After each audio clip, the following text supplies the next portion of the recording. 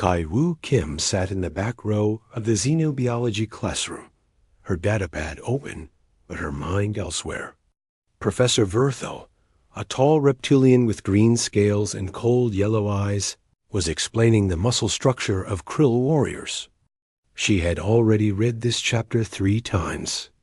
She knew the answer to every question he asked. But when she raised her hand, he looked right through her as if she were invisible. Anyone? Surely someone knows this, the professor hissed, his tongue flicking between his teeth. A Nexer student in the front row gave a half-correct answer. Professor Verthel praised him anyway. Ji Woo lowered her hand and returned to her notes. This happened every day. In tactical theory, in combat history, in every class she attended. Human students were decorations, barely worth acknowledging. The galaxy had decided humans were good at building things and talking things out, but not much else. Everyone believed it. Even some humans believed it. The class ended. Students filed out, chattering in a dozen different languages. Ji Woo gathered her things slowly, waiting for the crowd to thin. Her roommate Minji waited by the door, medical textbooks clutched to her chest. Another great class? Minji asked with a weak smile. Same as always, Ji Woo replied. They walked together through the massive corridors of the Galactic Coalition Academy. The station was huge, built to hold thousands of students from 47 species. The halls were wide enough for the largest aliens to pass comfortably. Humans always looked small here. They were small here. Are you coming to the study group tonight? Minji asked. Ji Woo shook her head. I have something else. Minji nodded. She never asked what that something else was.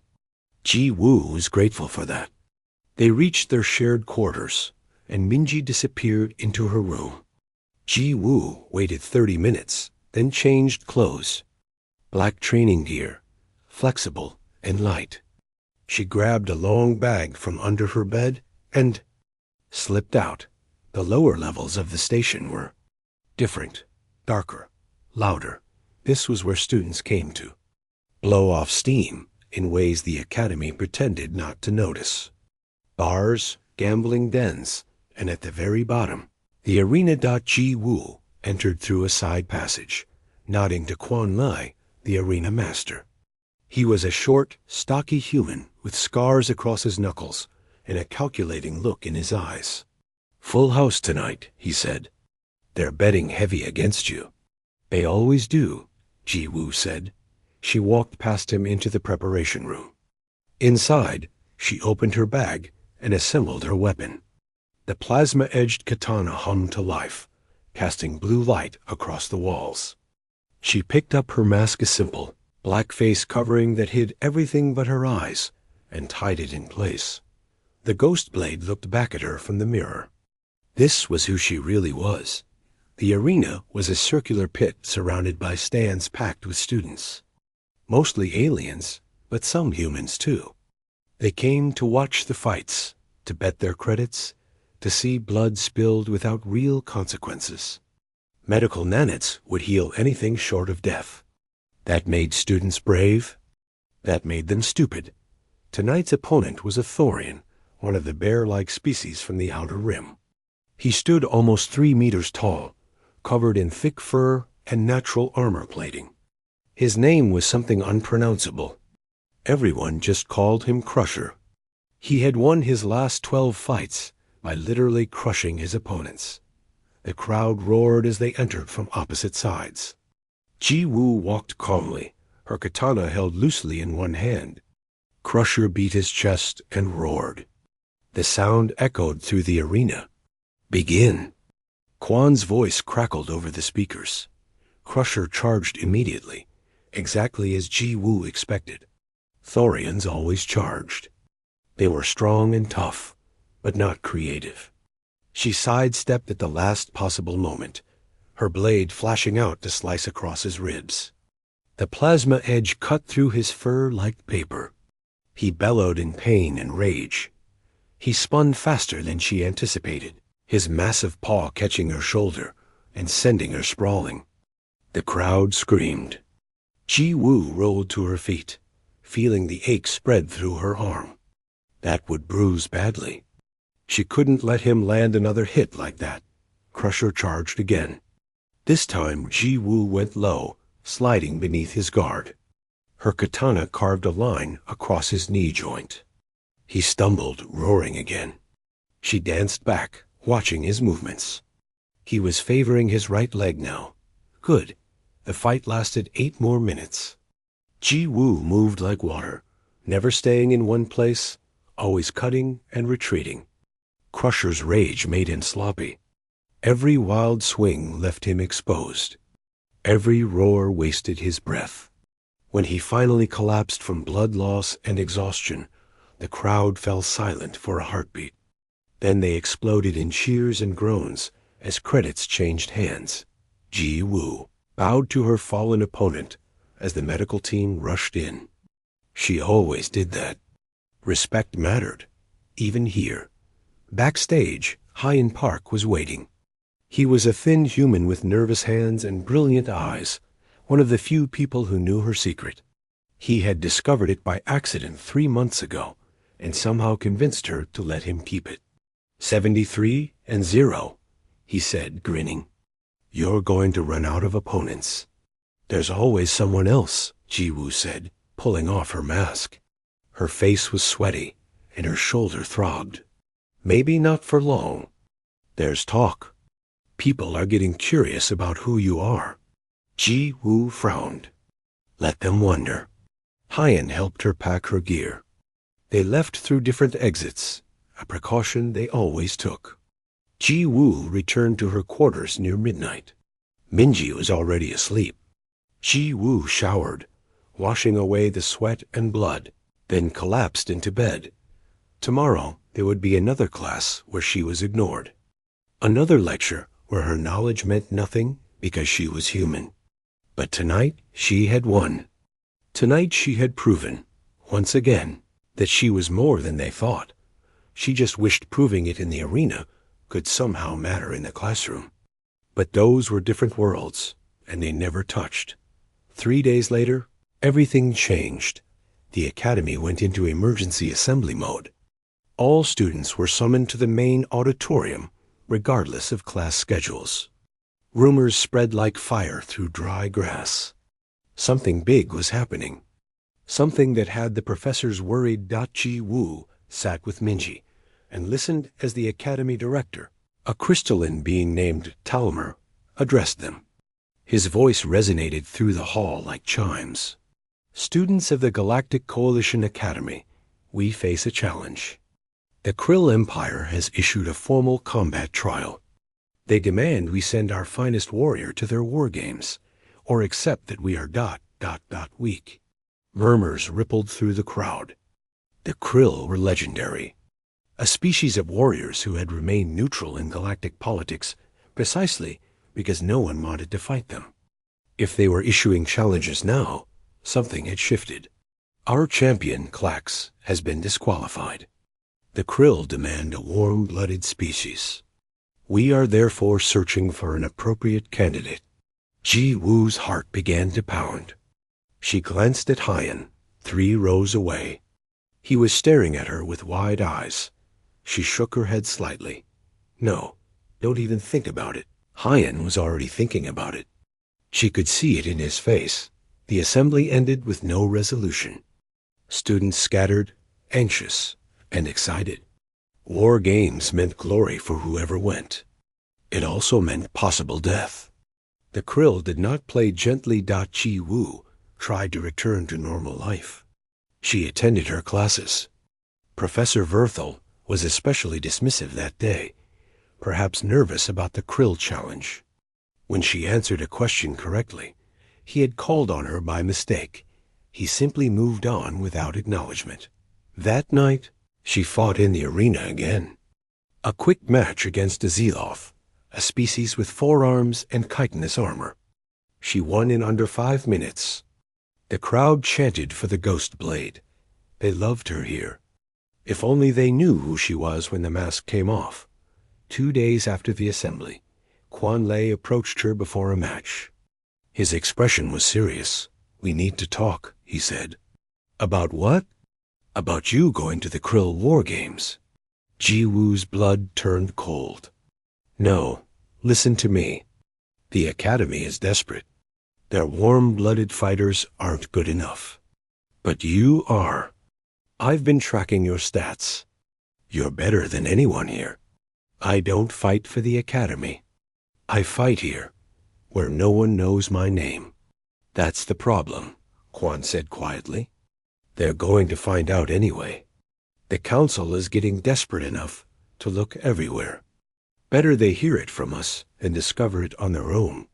Ji Woo wanted to argue, but she knew he was right. Secrets never lasted forever. 3 days later, she stood before the Academy Council, unmasked, while they stared at her in shock. Professor Verthil looked like he might faint. Her double life was over. Everything was about to change. The council chamber was built to intimidate. High ceilings that stretched into darkness. Seats arranged in a half circle, elevated so the council members looked down on whoever stood before them. Ji Woo had never been here before. Most students never came here at all, unless they had done something very wrong or very right. She stood in the center of the floor, her mask in her hands. The 7 council members stared at her. Director Talmer sat in the middle, his crystalline body refracting the light into rainbow patterns. To his left was Professor Verthil, looking like he had bitten something poisonous. To his right was War Mistress Shaka, a towering mantis-like being who oversaw all combat training. "State your name," Director Talmer said, his voice echoing. "Ji Woo Kim, sir. Second-year student, tactical theory and xenobiology major. And you are the one they call the Ghost Blade?" "Yes, sir." Silence filled the chamber. Professor Verthel shifted in his seat. He had given her a failing grade on her last exam. She wondered what he was thinking now. War Mistress Shaka leaned forward, her mandibles clicking softly. 73 victories. No defeats. You have fought and beaten species 3 times your size. 5 times your strength. And yet you have never registered for official combat training. Why? Ji Woo chose her words carefully. "Because I would not have been taken seriously, War Mistress. Humans are not seen as warriors here. I would have been dismissed before I could prove myself. And yet you proved yourself in an illegal arena," another council member said sharply. "Fighting without authorization. Gambling with Academy credits. These are serious violations. The arena is tolerated, Counselor. Everyone knows it exists. You allow it because students need somewhere to settle their disputes without disrupting Academy operations." That caused uncomfortable shifting among the council members. She was right, and they knew it. The arena was convenient for them. They pretended not to see it because it kept violence contained. Director Talmer raised a hand for silence. "We did not summon you here to discuss arena policy. We summoned you because the Academy faces a crisis. The Krill Empire has challenged us. Our finest fighters are either the wrong biology or insufficient skill. We need someone who can stand against Krill warriors and not be destroyed in the first minutes. You need someone you can risk losing." Ji Woo said quietly. The silence that followed told her she was right. They wanted to send a human, because if a human died in the Krill War Games, it would not hurt the Academy's reputation much. Humans were already seen as weak. But if she won somehow, the Academy would look strong for having trained her. "Will you represent the Academy?" War Mistress Shaka asked. "Will you go to Krill Prime and fight in their war games?" Ji Woo looked at each council member in turn. Her eyes stopped on Professor Verthal. He would not meet her gaze. "I have a condition," she said. Director Talmer's light pulsed. "You are not in a position to negotiate. Then find another fighter." She turned to leave. She got 3 steps before War Mistress Shaka spoke. Wait, what is your condition? Ji Woo turned back. If I win, Professor Verthil publicly apologizes for his treatment of human students, and he reforms his curriculum to include human tactical philosophy. Professor Verthil stood up, his scales flushing dark green. This is absurd. I will not be dictated to by a student who barely passes my classes. I barely pass because you refuse to acknowledge correct answers when they come from a human, Ji Woo said, her voice calm but hard. I have read every text you assign. I know the material better than most of your preferred students. You ignore me because of what I am, not because of what I know. Enough, Director Talmer said. Professor Verthal, you will agree to these terms. Ji Woo Kim, you will represent this academy at the Krill War Games. We will provide you with whatever resources you need. Professor Verthal sat down heavily, but said nothing. The matter was decided. The next 2 days were chaos.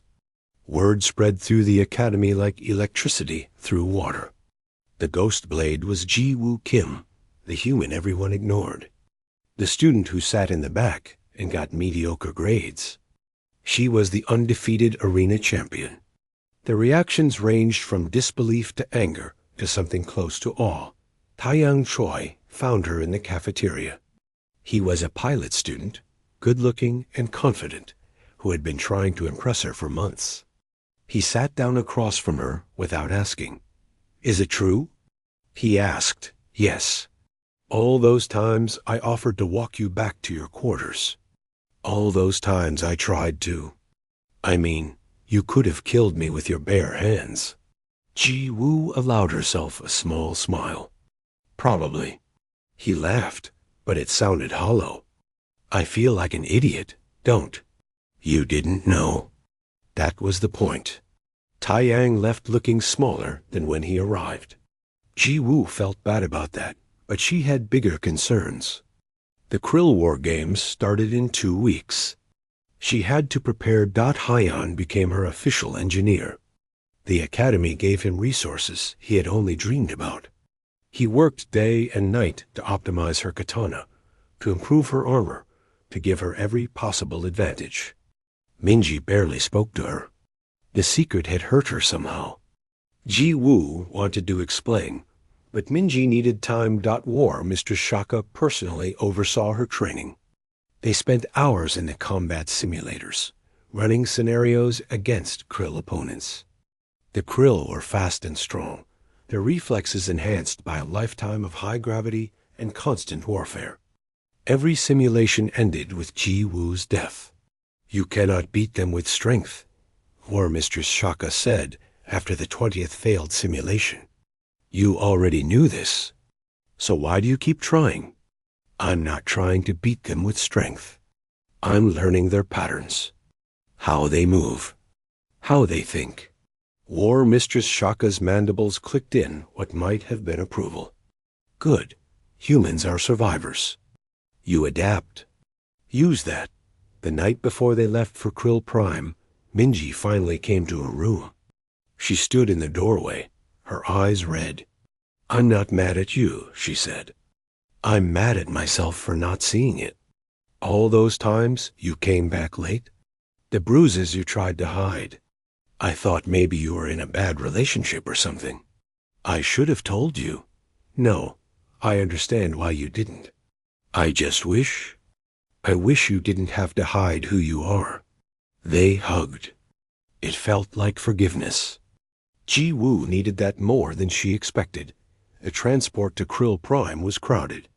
Ji Woo, Hyan, and Minji were accompanied by an official delegation of Academy observers. Most of them avoided looking at Ji Woo directly. She was their desperate gamble, their unlikely hope. They clearly did not believe she would win, but they had to send someone. Krill Prime appeared in the viewport like a red eye. The planet orbited a dying star, bathed in crimson light. Sensors showed gravity at 1.8 times Earth standard. The atmosphere was breathable but thin. Everything about this world was designed to test weakness and find it wanting. the transport landed at a massive military complex. Krill warriors met them at the landing pad. They were humanoid but heavily muscled, their skin covered in natural armor plating that looked like overlapping scales. They wore minimal clothing, preferring to show their physical prowess. Their eyes were sharp and predatory. The lead warrior was a massive male who introduced himself as War Master Brokter. His daughter, Yuna, stood beside him. She was smaller than her father, but still taller than any human. Her armor was decorated with kill markings. "So," Brokter said, his voice like grinding stone, "the Academy sends a small human female. This is their champion?" "I am their representative," Ji-Woo said, meeting his eyes without flinching. "We shall see what you are made of, little human. The war games begin tomorrow. 3 trials. Survive them all, and you will face my daughter in single combat. Lose at any point, and your academy will be marked as weak." "Understood." Brokter studied her for a long moment, then gestured to his warriors. "Take them to their quarters. Feed them. Let them rest. Tomorrow we learn if humans are warriors or simply clever prey." The quarters were Spartan but comfortable. Ji-Woo sat on the bed and felt the weight of the planet pressing down on her. Everything was heavier here. Moving would be harder. Fighting would be exhausting. The Krill evolved in this environment. She was just visiting Hyan, set up his equipment in the corner. "I've analyzed their armor. There are weak points at the joints. Neck, inner elbows, behind the knees. Your katana can pierce it if you're precise. Precision might be hard in this gravity. Then you'll adapt. You always do." Minji checked her medical supplies. "If you get hurt, I can handle anything short of missing limbs. But try not to lose any limbs. I'll do my best." They tried to sleep, but none of them could. Tomorrow, the war games would begin. Tomorrow, Ji-Woo would face trials designed to break warriors from species far stronger than humanity. Tomorrow, she would either prove herself or die trying. She thought about Professor Verthal and his dismissive eyes. She thought about every time she raised her hand and was ignored. Every correct answer that was overlooked. Every moment she was treated as less than she was. Tomorrow, she would show them what humans could do. She just had to survive long enough to do it. The Krill sun rose like a wound in the sky, painting everything in shades of red and amber. Ji-Woo stood in the preparation area with 15 other warriors from across the galaxy. Each of them looked dangerous in their own way. The Thorian berserker was covered in ritual scars. The Zeloth gladiator kept all 4 arms in constant motion, practicing strikes. A cyborg assassin from the Nexus Collective stood perfectly still, his optical sensors glowing faintly. They all looked at Ji-Woo like she was a joke that had not landed yet. "War Master," Brokter addressed them from a raised platform, his voice carrying across the field without need for amplification. "Welcome to the Krill War Games. You come from many worlds, many species. You believe yourselves strong. Today, we test that belief. 3 trials await you. The Gravity Gauntlet. The Tournament. Fail any trial, and you are eliminated. Disgrace yourself, and you may not leave alive. Krill do not tolerate cowardice." He gestured to the massive obstacle course visible behind him. It stretched for kilometers, a nightmare of walls, pits, and moving hazards. The Gravity Gauntlet will be run at 2.5 gravity. You will navigate obstacles designed to kill. You will do so without weapons or assistance. The first 10 to reach the end proceed to the next trial. Begin when the horn sounds. Ji-Woo looked at the course and felt her stomach tighten. 2.5 gravity meant she would weigh almost twice what she normally did. Every movement would be exhausting. Species evolved in high gravity had natural advantages. She would have to be smarter. The horn blasted. Warriors surged forward. Ji Woo ran with them, immediately feeling the weight crushing down on her shoulders. Her legs burned. Her lungs struggled to pull in the thin air. Around her, larger warriors charged ahead, using brute strength to smash through obstacles. The Thorian berserker simply ran through a wall instead of climbing it. The Zealoth vaulted over a pit that should have required a running start. Ji Woo forced herself to think. She was smaller, weaker, slower. But she had advantages they did not. Humans were efficient. Humans conserved energy. Humans looked for the path of least resistance. The first major obstacle was a wall 10 meters high with a smooth surface. Most warriors were trying to climb it directly, their powerful muscles hauling them upward. Ji Woo looked around and spotted support beams running up the side at an angle. She used them as a ramp, running up at an angle instead of climbing straight. It took longer but used less energy. The second obstacle was a series of spinning columns covered in blades. Warriors were timing their movements, darting between the spinning death. Ji Woo watched the pattern for 30 seconds, then noticed the columns all spun in rhythm. There was a safe path that zigzagged between them. She took it slowly, precisely, while others rushed and got cut dot by the halfway point. She had fallen to last place. The other warriors were far ahead, their superior strength carrying them through obstacles she had to carefully navigate. Her muscles screamed. Sweat poured down her face. The gravity was crushing. She wanted to stop, to rest, but stopping meant elimination. The third obstacle was a maze of walls that shifted and moved. Warriors ahead were getting frustrated, smashing into walls only to have them slide away. Ji Woo stopped at the entrance and listened. The walls moved on hydraulics. She could hear the machinery. There was a pattern. She closed her eyes and tracked the sounds, building a mental map. When she opened her eyes, she ran. Left, right, straight, left, right. The walls moved around her, but she was always one step ahead, flowing through the maze like water finding cracks. She emerged on the other side to find 3 warriors stuck inside, roaring in frustration. The final stretch was a simple sprint across open ground. Simple except for the gravity and the exhaustion and the pain in every muscle. Ji Woo pushed herself, her vision narrowing to a tunnel. Warriors ahead were slowing, their earlier burst of speed catching up to them. She passed the cyborg assassin who had overheated his servos. She passed a reptilian warrior who had cramped up. She crossed the finish line in 5th place, collapsed to her hands and knees, and vomited.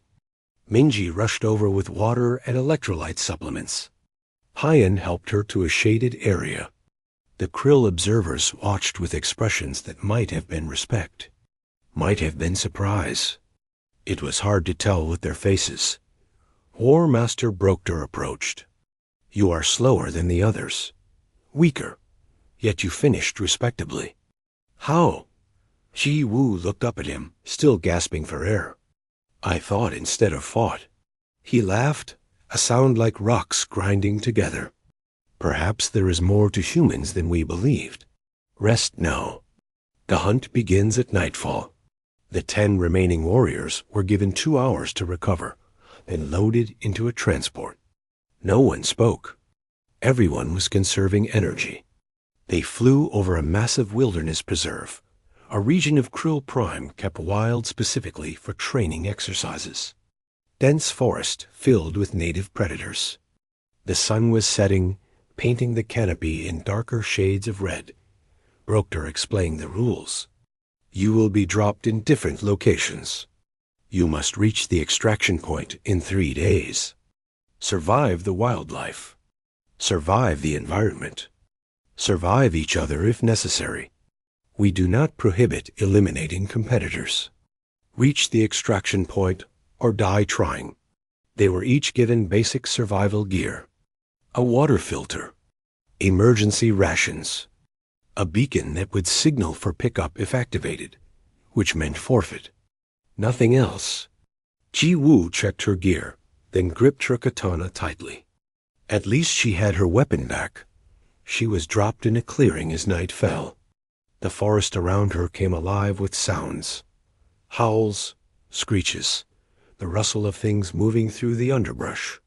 Predators hunting in the dark. She activated her katana's low-power mode, using it for light, and started walking. The first night was the hardest. She did not know the territory, did not know what was dangerous and what was just loud. Every sound made her jump. Every shadow could be death. She found a tree with thick branches and climbed it, then tied herself in place so she would not fall while sleeping. Sleep came in fits and starts. Morning brought clarity. Ji Woo studied her surroundings and started applying what she knew from xenobiology. She identified animal tracks, recognized territorial markings. This was a predator's hunting ground, but predators were predictable. They followed patterns. They had territories. She just needed to move through their world without triggering their hunting instincts. On the second day, she heard fighting. Two warriors had encountered each other and decided to eliminate the competition. She circled around them, staying quiet. When one emerged victorious and wounded, limping away from the battlefield, she considered ambushing him. But that would cost energy and time. Better to let him exhaust himself. She found a stream and followed it downhill. Water always led somewhere. She set traps as she walked, simple snares made from equipment cord. Something might blunder into them and give her food. Something did. A local creature that looked like a six-legged rabbit. She cooked it that night, the smell making her stomach growl. On the third day, she reached the extraction point 2 hours before dawn. She was the first to arrive.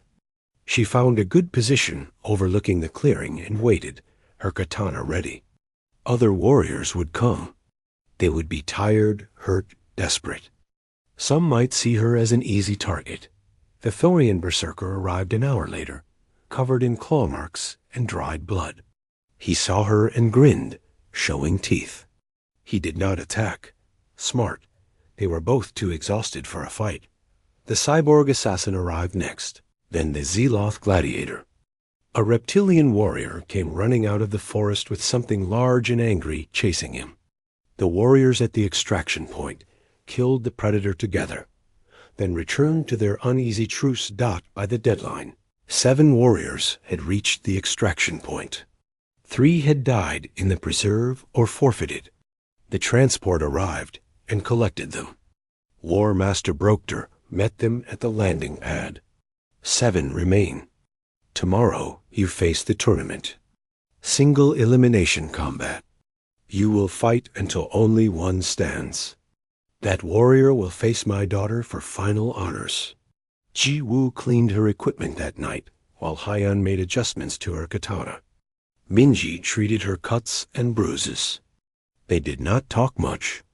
There was not much to say.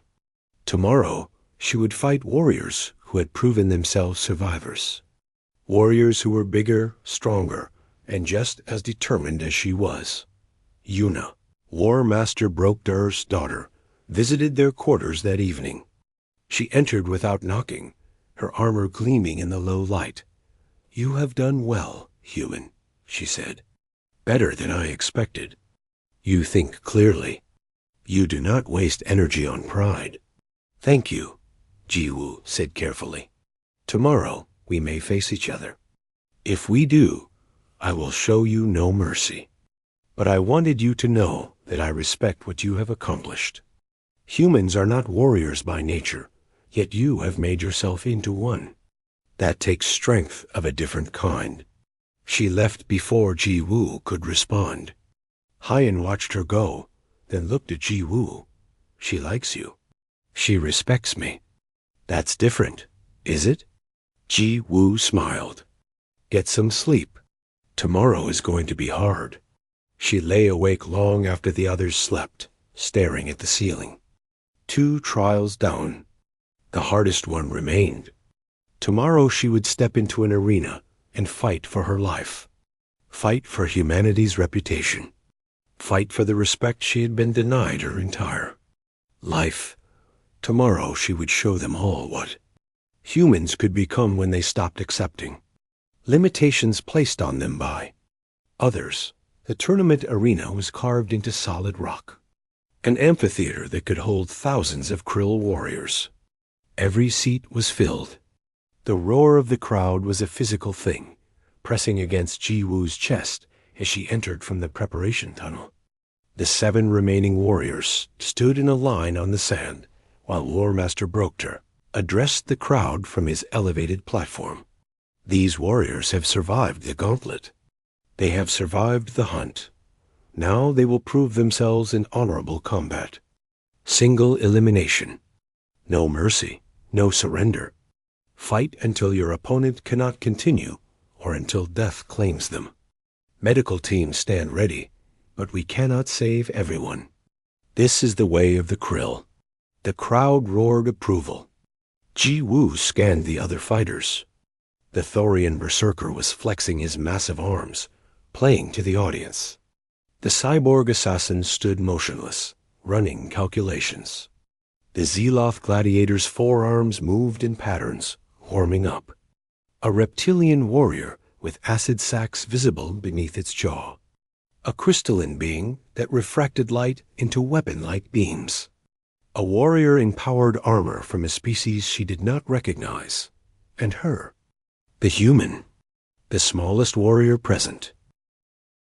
Brackets were displayed on massive screens. Random selection. Ji Woo's first match was against the Zeloth gladiator. Her stomach dropped. The Zeloth had natural armor, 4 arms for attacking and defending simultaneously, and reached far beyond hers. In the underground arena, she had fought a Zeloth before. She had won. But that Zeloth had been a student, not a warrior who had survived the trials. The first match was called. 2 warriors she did not have to face yet. They fought viciously for 12 minutes before the crystalline being shattered the armored warrior's helmet and knocked him unconscious. Medics rushed in. The crowd cheered Dot's second match. The cyborg versus the reptilian warrior. The cyborg's speed was incredible, but the reptilian's acid spray damaged his sensors. They fought blind against poisoned, both landing devastating hits. The reptilian fell first, its nervous system shocked beyond function. The cyborg staggered off the arena floor, sparking and leaking hydraulic fluid. Third match. The Thorian berserker against a warrior in environmental armor. The Thorian won in under 3 minutes by picking up his opponent and slamming him into the ground repeatedly. Simple, brutal, effective. Then it was her turn. Ji Woo walked onto the arena floor, her katana humming in her hands. The Zeloth entered from the opposite side, all 4 arms carrying weapons. 2 swords, a spear, and a net. The crowd's noise changed quality. They were not sure what to expect from the human. Begin. The Zeloth came fast, all 4 weapons moving in a pattern designed to overwhelm. Ji Woo backpedaled, her katana deflecting strikes. She could not match his offense, could not trade blows. She needed to disrupt his rhythm. She feinted left, then went right, her blade flashing out to cut the net. It fell away useless. 3 weapons left. The Zeloth adjusted instantly, his strategy unchanged. He pressed forward, using his reach advantage to keep her at a distance. Ji Woo remembered her xenobiology classes. Zeloth had 4 arms, but they did not all have the same strength. The upper arms were for power. The lower arms were for precision. She started targeting the lower arms specifically, forcing him to defend with his weaker limbs. 5 minutes into the fight, she saw her opening. The Zeloth overextended with his spear thrust. She sidestepped, grabbed the spear shaft, and used it to pull herself in close. Her katana carved across the joint of his lower left arm.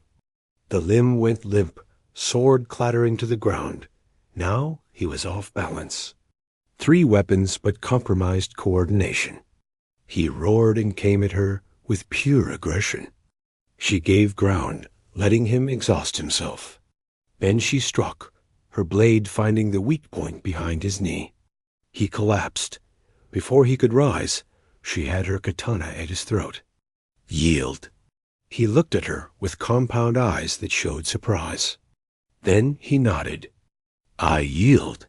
The crowd erupted. Half cheered. Half seemed outraged. A human had defeated a Zealoth warrior.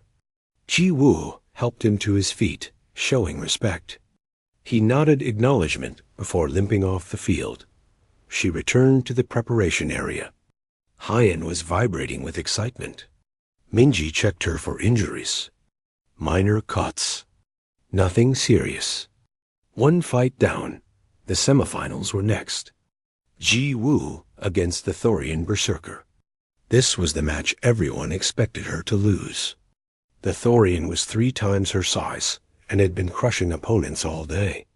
The betting boards showed odds heavily against her. They entered the arena. The Thorian beat his chest and roared. The crowd loved him. Ji Woo stood calm, her katana lowered, her breathing steady. Begin! The Thorian charged like an avalanche. Ji Woo did not try to dodge. Instead, she dropped low and rolled between his legs, her katana cutting across both his inner thighs as she passed. Not deep enough to cripple, but enough to make him bleed. Make him feel pain. He spun faster than she expected, his massive fist catching her across the shoulders and sending her flying. She hit the ground hard, rolled, came up dizzy. That hurt. She tasted blood. The Thorian charged again. This time she went right, slashing across his ribs. Then left, cutting his arm. She was faster than him. Not stronger, but faster. She made him chase her around the arena while she landed cut after cut after cut. Death by 1,000 wounds. The crowd was on their feet. This was not the fight they expected. The human was not running scared. She was hunting. 10 minutes in, the Thorian's movements slowed. Blood loss and exhaustion catching up. Ji Woo saw the moment his strength failed. She closed in, her katana moving in patterns too fast to follow. She cut his hands, disarming him. Cut his legs, dropping him to his knees. Then she put her blade to his throat. Yield. He looked at her with eyes full of rage and respect. I yield. The arena fell silent for a heartbeat. Then the crowd exploded in noise. Half were cheering for the incredible upset. Half were booing because a human had just defeated one of their favorites. Ji Woo did not care. She had 1 dot. The other semifinal was the cyborg versus the crystalline being. The cyborg's damaged sensors cost him. The crystalline warrior won by cutting away his limbs systematically. It was brutal to watch. Finals would be tomorrow. Ji Woo against the crystalline being. Then, if she won, against Yuna. That night, Ji Woo could barely move. The Thorian's hit had bruised her entire back and shoulder. Minji worked on her with medical equipment while Hyan analyzed footage of the crystalline warrior. Its body refracts light into cutting beams, Hyan explained. Range weapon, basically. But it has to maintain line of sight. If you can disrupt its vision or get in close, it cannot use its main advantage. So I need to blind it or stay too close for it to shoot me. Exactly. Ji Woo slept badly. Pain woke her several times. But morning came regardless, and with it the final matches. The arena was even more packed than before. Word had spread across Krill Prime. A human had made it to the finals. Impossible, but true. Krill from across the planet came to witness this. Ji Woo and the crystalline warrior entered the arena. It was beautiful in a way, its body catching the red sunlight and throwing rainbows across the sand. It was also deadly. She had watched it cut through armor like paper. Begin! The crystalline warrior immediately sent beams of focused light slashing toward her. Ji-Woo Dove rolled, came up running. The beams carved lines in the ground where she had been standing. She zigzagged, never staying still, always moving. The warrior rotated, trying to track her. She grabbed a fallen shield from an earlier match and used it to deflect a beam. The shield melted, but bought her seconds. She closed the distance, getting inside its effective range. Her katana struck its body and chipped crystal away. It was hard, incredibly hard, but not invincible. They fought in close quarters, her blade against its crystalline limbs. Every exchange sent fragments flying. It was stronger, but she was more skilled. She found rhythms in its movements, patterns in its defense. When it raised its arm to strike, she cut the elbow joint. When it tried to back away, she pursued. 15 minutes of brutal close combat. Then she found the weak point. A fracture line in its torso, likely from an earlier fight. She drove her katana into the crack and twisted. The crystalline warrior shattered, pieces falling to the sand. The crowd went absolutely silent. Then Brokter stood, and the entire arena stood with him. They began to chant. Not words she understood, but she felt their meaning. Respect, acknowledgement, honor. She had won the tournament. Now came the final test. Yuna entered the arena in full ceremonial armor, her weapons gleaming. She was not trying to intimidate. She did not need to. She was Krill royalty, trained from birth in warfare. She had never lost a fight. They faced each other across the sand. Yuna bowed. Ji-Woo returned the gesture. You have fought well, Ji-Woo of humanity. You have earned this moment. Let us show these people what true warriors can achieve. Greed, begin. They moved together like dancers who had rehearsed for years. Blade met blade. They tested each other, learning, adapting. Yuna was faster than any opponent Ji-Woo had faced, stronger, more skilled. This was fighting on a level beyond anything in the underground arena. They fought for 10 minutes, neither gaining clear advantage. Then 20 minutes, then 30. The crowd was absolutely silent, afraid to break the concentration of either warrior. Blood flowed from a dozen cuts on both fighters. Exhaustion pulled at their limbs. Neither would quit. 40 minutes. Ji-Woo's arms felt like lead. Every breath was agony. Yuna was slowing too, her movements just slightly less precise. They were both at their limits. The next exchange would decide everything. They came together one final time, weapons moving too fast to see. Ji-Woo remembered something from her xenobiology class. A lecture Professor Verthul had given about krill physiology. Their wrist joints were strong, but had limited rotation due to their armor plating. It was a tiny weakness, barely relevant, but tiny weaknesses decided fights between equals. Ji-Woo executed a complex wrist turn, rotating her katana in a way that forced Yuna to overextend her block. For just a moment, a fraction of a second, Yuna's blade was out of position. Ji-Woo's katana slipped past her guard and touched her throat. They froze. The arena held its breath. Yuna smiled. Victory is yours, Ji-Woo of humanity. Ji-Woo lowered her blade and immediately offered her hand to help Yuna stand. Yuna took it, and together they turned to face the crowd. War. Master Brokter descended to the arena floor. He placed a hand on each of their shoulders.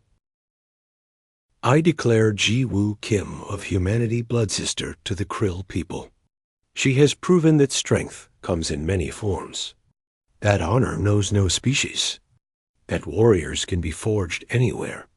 The arena erupted in approval. Ji-Woo collapsed to her knees, finally letting exhaustion claim her. Minji and Hyon rushed onto the field. The last thing she saw before darkness took her was Yuna's smile and the crowd on their feet. Chanting her name Chi Wu woke in a medical facility with sunlight filtering through crystalline windows. For a moment, she did not remember where she was or what had happened. Then memory flooded back. The tournament, Yuna, victory. She tried to sit up and immediately regretted it. Every muscle in her body screamed protest. "Easy," Minji said from beside the bed. "You've been unconscious for 18 hours. Your body needed rest. Did I really win?" Minji smiled, tears in her eyes. "You really won. You beat everyone. You're the champion of the Krill War Games. The first human to ever hold that title." Hyen appeared in the doorway, carrying a datapad. "You need to see this. The entire galaxy is talking about you. Every news feed, every network. They're calling you the Ghost Blade now openly. Humanity's champion. Students are enrolling in combat programs across every human colony. You've changed everything." Ji Wu processed this slowly. She had just wanted to prove herself, to make Professor Verthale apologize, to show the humans could fight. She had not thought about what victory would mean beyond that. War Master Brokter visited later that day. He brought Yuna with him. They both bowed, showing her the respect of equals. "You have honored the Krill with your skill and determination," Brokter said. "We have sent formal communication to your galactic coalition. The Krill Empire recognizes humanity as a warrior species. We offer alliance and mutual defense. This is not given lightly." Ji Wu struggled to find words. A Krill alliance would change humanity's position in the galaxy completely. They would go from being dismissed as weak to having one of the most powerful warrior races as allies. "I don't know what to say." Yuna sat on the edge of the bed. "Say you will return to visit us. Say we will spar again when you have healed. I enjoyed our fight. I have not been challenged like that in years. I would like that." They left her to rest, but sleep would not come. Her mind raced with implications, with consequences, with what came next. The transport back to the academy took 3 days. Ji Wu spent most of it recovering, letting Minji fuss over her injuries. Hyen kept showing her messages from across the galaxy. Humans celebrating. Aliens reconsidering their opinions. The academy in chaos, trying to manage the media attention. When they docked at the academy station, a crowd waited. Thousands of students, human and alien, pressed against the barriers. They cheered when Ji Wu emerged, chanted her name, held signs. Some of the aliens looked angry about it, but most seemed accepting. She had won fairly. No one could dispute that. Director Talver met her at the docking bay with the full council. They looked different now. They met her eyes, treated her as an equal rather than a student who had gotten lucky. Ji Woo Kim, on behalf of the Galactic Coalition Academy, we thank you for your service. You have brought honor to this institution and to humanity. As promised, you have earned a seat on the Galactic Coalition War Council. He produced a medallion of office, a heavy piece engraved with symbols from dozens of species. Ji Woo took it, feeling its weight. This was real. This was happening. There is also the matter of your other condition, Director Talmer continued. He turned to Professor Verthal. Professor. Professor Verthal stepped forward. He looked old suddenly, his scales dull, his posture defeated. He faced Ji Woo and slowly, carefully, bowed his head. Ji Woo Kim, I apologize. I have been teaching for 40 years, and in that time I have allowed prejudice to blind me to truth. I dismissed human students, including you, based on preconceptions rather than ability. I marked you poorly, despite your knowledge being superior to many students I praised. I insulted your species through my actions and my words. He lifted his head, meeting her eyes. You have proven me wrong in every way possible.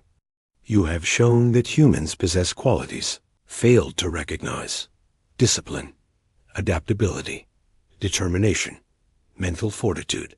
These are the marks of true warriors, and I was too foolish to see them. The crowd watched in complete silence. This was unprecedented. A senior professor apologizing to a student in front of everyone. I am reforming my curriculum immediately. Human tactical philosophy will be integrated into all courses I teach. I will learn from this mistake. I will not repeat it. Ji Woo looked at him for a long moment. She could have said something cutting, could have made him feel smaller, but that was not who she was. Thank you, Professor. I accept your apology, and I hope you'll let me guest lecture sometime. There's a lot about krill physiology I learned that isn't in the textbooks. Something like relief crossed his reptilian features. I would be honored. The ceremony concluded and students swarmed Ji Woo. Humans especially, wanting to touch her, to thank her, to share in what she had accomplished. Taiyang pushed through the crowd, looking humbled. I wanted to apologize too, for being an idiot, for trying to impress you when you were already 100 times more impressive than me. Ji Woo smiled. You're a good pilot, Taiyang. You just needed to stop trying so hard. Would you? Could you train me? I know I'm not at your level, but I want to learn. I want to be better. I'll think about it. He looked so hopeful that she added, probably yes. That night, Ji Woo returned to her quarters. Minji was already there, unpacking. They sat together in comfortable silence for a while. Are you going to stay at the academy? Minji asked. Now that you're on the War Council? Yes, the council agreed to let me continue my education. I'm not just a warrior. I want to be a scholar too. I want to understand the species I'm helping protect. That's very you. Never settling for just one thing. What about you? Still planning to become a trauma surgeon? Actually, I've been thinking. Maybe I'll specialize in combat medicine. Field surgery. Someone has to keep idiots like you alive when you go fighting alien warriors. They both laughed. It felt good to laugh. Everything had been so intense for so long. The next week, Ji Woo returned to her classes. Professor Verthel's xenobiology course had changed. He taught differently now, more open to questions, more willing to acknowledge multiple perspectives. When he asked about krill warrior culture, every eye turned to Ji-Woo. She stood and shared what she had learned. Not just about their anatomy, but about their values, their honor system, their respect for adaptation and intelligence. The class listened intently, taking notes. Even the aliens seemed interested. After class, several human students approached her. Is it true you're starting a combat program for humans? One asked. Not exactly. Hyen is developing a training curriculum that plays to human strengths. I'll be helping, but he's the real genius behind it. Can we join? Ji Woo looked at their eager faces. Students who had been dismissed and overlooked like she had been. Students who wanted to prove themselves. Yes, but understand this. I won't teach you to be me. I'll teach you to be the best version of yourself. Everyone fights differently. Everyone has different strengths. We're going to find yours. They nodded enthusiastically and left chattering excitedly. Ji Woo gathered her things and headed for the library. She had research to do for her tactical theory paper. She had War Council briefings to prepare for. She had Yuna's message to respond to the Krill Princess wanted to visit the academy. Next month. Her life was completely different now, but also exactly the same. She was still a student learning about the galaxy. She was still someone who preferred study to parties. She was still Ji Woo Kim. She just happened to also be the Ghost Blade, humanity's champion. The warrior who changed how an entire species was perceived. She walked through the academy corridors, and noticed how people looked at her now. With respect, with curiosity, with recognition. It was strange, but not unwelcome. She had spent so long being invisible that being seen felt foreign. In the War Council chambers later that week, she sat among the most powerful military minds in the galaxy. They discussed fleet movements and border disputes and strategic alliances. When they reached the topic of ground combat doctrine, they turned to her. "Ambassador Kim, your perspective?" She still was not used to being called ambassador, but she gave her opinion, drawing on her experience at the Krill War Games and her academic knowledge. They listened. They incorporated her suggestions into their planning. Afterward, War Mistress Shaka found her in the corridor. "You have done well," the mantis-like alien said. "I have trained many warriors, but few have shown such complete dedication to both mind and body. You honor the combat arts. Thank you, War Mistress. I had a good teacher. You taught yourself more than I ever could.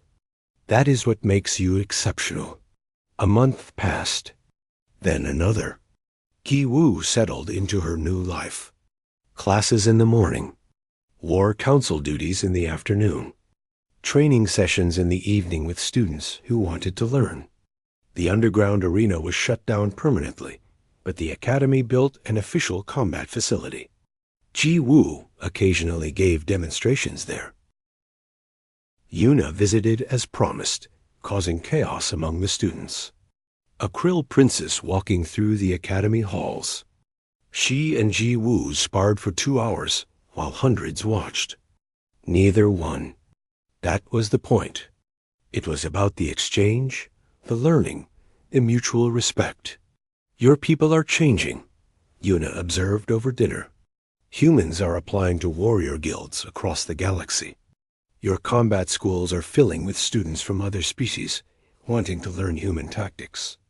You have started something significant. I just wanted Professor Verthal to apologize." Yuna laughed. "You aimed for an apology and hit a revolution. Very human. Achieving more than intended through indirect methods." 6 months after the War Games, Ji Wu stood before her xenobiology class to deliver her final presentation. The topic was Krill warrior culture and its implications for galactic military strategy. She spoke for an hour, drawing on her experiences and her research. Professor Verthal sat in the front row, taking notes like a student. When she finished, the class applauded. Professor Verthal stood. "Exceptional work, Ji Wu. You have combined personal experience with rigorous academic analysis. This is the standard all students should aspire to." He paused. "I am giving you the highest marks in the class. You have earned them." She smiled. It was not about the grade. It had never really been about the grade. It was about being recognized for what she knew and what she could do. After class, Ji Wu walked to the observation deck. She stood looking out at the stars, thinking about everything that had changed. She was still the same person who sat in the back row and raised her hand only to be ignored. But now she was also the person who had fought and won, who had changed minds and opened doors. Hyan found her there. He stood beside her quietly. "What are you thinking about?" he asked. "How strange it is. They feared the ghost blade in battle, but they ignored Ji Wu in class. Same person, same knowledge, same determination. The only thing that changed was their perception. You changed their perception by refusing to accept their limitations. Maybe, or maybe I just got lucky. Right place, right time, right set of circumstances. You made your own luck. You spent years training in secret, years studying when you could have given up. That wasn't luck. That was choice." Ji Wu nodded slowly. He was right. Every choice had led to this moment. Every ignored answer, every dismissed contribution, every night in the underground arena. All of it mattered. All of it built who she was. "Come on, Hyan said. "You have new students waiting in the training hall. And I heard Taiyang finally learned that wrist technique you've been trying to teach him. About time. It only took him 3 months." They left the observation deck together, walking through corridors filled with students from across the galaxy. Some of them nodded to Ji Woo. Some smiled. Some simply watched with respect. She was a student, a warrior, a scholar, and a diplomat. She was all of these things and none of these things fully. She was just Ji Woo Kim, trying her best to make the galaxy a slightly better place than she found it. And if she happened to terrify people in combat while teaching them about xenobiology, well, that was just who she was. She had spent so long being ignored that she forgot what it felt like to be seen. Now she remembered, and she would make sure no other student ever felt invisible the way she had. Not if she could help it. The future stretched ahead, uncertain and full of challenges. But Ji Woo had faced down Krill warriors and won. She had changed the course of human history. Whatever came next, she would face it the same way she faced everything, with her blade ready, her mind sharp, and her determination unbreakable. They feared her sword in battle. They had ignored her in class. Now they would respect both, because she had proven beyond any doubt that she deserved it.